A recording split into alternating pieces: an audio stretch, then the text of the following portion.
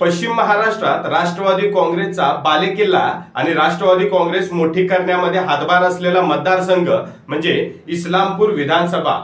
या मतदारसंघामध्ये ज्यांचा होल्ड आहे ते जयंत पाटील आणि याच जयंत पाटलांचं 2024 विधानसभेमध्ये नेमकी परिस्थिती काय आहे हे आपण या व्हिडिओमध्ये पाहणार आहोत। नमस्कार, मी स्वप्नील पाटील, लाईव्ह जनमत मध्ये आपलं सर्वांचं पुन्हा एकदा स्वागत आहे।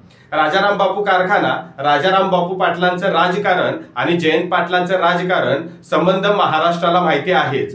काँग्रेस आणि राष्ट्रवादी काँग्रेस असा त्यांचा प्रवास। राष्ट्रवादी काँग्रेसमध्ये तब्बल 5 वेळेला आमदार म्हणून निवडून आलेलं नेतृत्व आणि राष्ट्रवादी काँग्रेसचं प्रदेशाध्यक्ष पद भूषवलेलं नेतृत्व म्हणजे जयंत पाटील। जयंत पाटील हे एवढ्या वेळेला निवडून कसे येऊ शकतात याची जर कारण मीमांसा पाहिली तर तळागाळापर्यंत कुठल्याही गल्लीमध्ये आणि चौकामध्ये अवेलेबल होणारं नेतृत्व, सोबतच महाराष्ट्राच्या राजकारणामध्ये जवळपास 7 वेळेला अर्थसंकल्प मांडणारं नेतृत्व आणि वरिष्ठ पातळीवर राष्ट्रवादी काँग्रेस आणि काँग्रेसमध्ये वाटाघाटी करण्यासाठी प्रचलित असणारं नेतृत्व अशी त्यांची ओळख आहेच। राष्ट्रवादी काँग्रेस फूट झाली आणि यानंतर जयंत पाटील यांनी शरद पवारांची साथ सोडली नाही।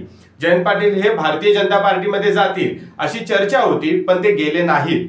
इस्लामपूर विधानसभेमध्ये त्यांनी लक्ष हे सर्वत्र घातलेलं आहेच। स्थानिक स्वराज्य संस्था आणि इतर ज्या सहकारी सोसायटी असतील यामध्ये जयंत पाटलांचं वर्चस्व आहेच। जयंत पाटलांना पाडणं एवढं सोपं आहे का याची जर पडताळणी केली तर बऱ्याच गोष्टी समोर येतात की या अगोदर झालेल्या निवडणुकीमध्ये तिरंगी निवडणूक झालेल्या दिसून येतात। त्यांच्या विरोधातले त्यावेळेचे शिवसेना किंवा भारतीय जनता पार्टी यांनी तगडं एकच नेतृत्व न दिल्यामुळेही जयंत पाटील निवडून आले होते अशी चर्चा होतीच।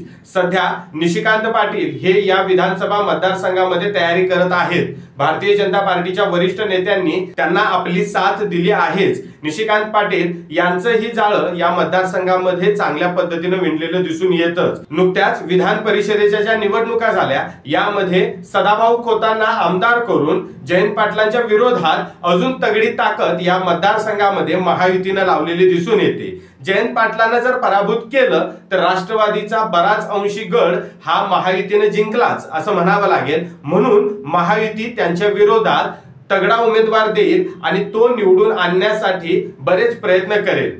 सध्याचा विचार करता राष्ट्रवादी फुटीनंतर जयंत पाटलांची ताकद कमी झाली असं म्हणावं लागेल। पण एक गोष्ट खूप महत्त्वाची आहे, लोकसभेची निवडणूक किंवा विधानसभेच्या निवडणुकीमध्ये शरद पवार गटात जो नेता भारतीय जनता पार्टीमधून प्रवेश करतो तो जयंत पाटील यांच्या मार्गेच। म्हणजे कुठेतरी असं म्हणायला वावगं ठरतं की भाजपमधले जे निष्ठावंत आहेत हे जयंत पाटलांच्या मार्गे राष्ट्रवादीमध्ये येतात आणि भाजपचीच त्यांना साथ आहे का याच्यावर प्रश्नचिन्ह उभा राहतं। यदा कदाचित पुढे जर निवडणुकीचा निकाल लागला आणि निवडणुकीचा निकाल हा वेगळा असेल तर जयंत पाटील हे कार्ड भारतीय जनता पार्टी किंवा महायुती आपल्या हातात ठेवते का अशी ही चर्चा सर्वसामान्यांमध्ये आहेच। तर तुम्हाला काय वाटतं की इस्लामपूर विधानसभेमध्ये जयंत पाटील पुन्हा एकदा आमदार होतील का? निशिकांत दादा पाटील यांची तयारी, महायुतीची साथ ही त्यांना मिळेल का? आणि जर मिळाली तर ते जयंत पाटीलचं रेकॉर्ड मोडतील का हे तुम्ही कमेंट बॉक्स मध्ये नक्की सांगा।